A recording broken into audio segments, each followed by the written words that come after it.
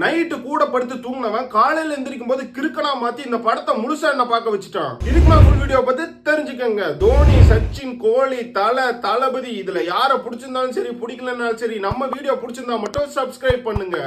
இந்த படத்தோட கதை எங்கிருந்து ஆரம்பிக்குதுன்னா, தன்னோட 11வது வருஷ ஆனிவர்சரியா கொண்டாடுறதுக்காக கணவன் மனைவி, அதாவது கதாநாயகனும் கதாநாயகியும் தன்னோட ரெசார்ட்டுக்கு போறாங்க. போன இடத்துல கணவன் நைட் ஒரு மாதிரி கிச்சு கிச்சுக்கலாம் பண்ணிட்டு மறுநாள் காலையில எந்திரிச்சு கையில ஹேண்ட் கஃப் மாட்டிட்டு சூசைட் பண்ணிக்கிறாரு கண்ணை வச்சு.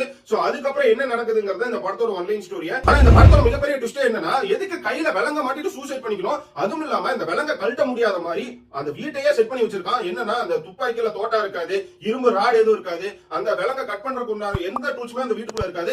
ஆனா அந்த வீட்டை விட்டு வெளியே வரணும். இதுக்கு மேல மிகப்பெரிய ட்விஸ்ட் இந்த படத்துல இருக்கு. நான் அதை ரிவீல் பண்ண விரும்பல. இந்த படத்தை பார்த்து என்ஜாய் பண்ணுங்க. இந்த படத்துல no awkward scenes, no double meaning scenes நீங்க தைரியமா டிவில போட்டு பார்க்கலாம். இந்த படத்தோட சோர்ஸ் பாத்தீங்கன்னா கூகுள்ல தமிழ் டப்ல ஃப்ரீ சோர்ஸ்ல இருக்கு. ஃபார் மோர் இன்ட்ரெஸ்டிங் வீடியோஸ் நம்ம சேனலை ஃபாலோ பண்ணுங்க, சப்ஸ்கிரைப் பண்ணிருங்கன்னு சொல்லிட்டு தான் நான் கிளம்புறேன். Until then, bye.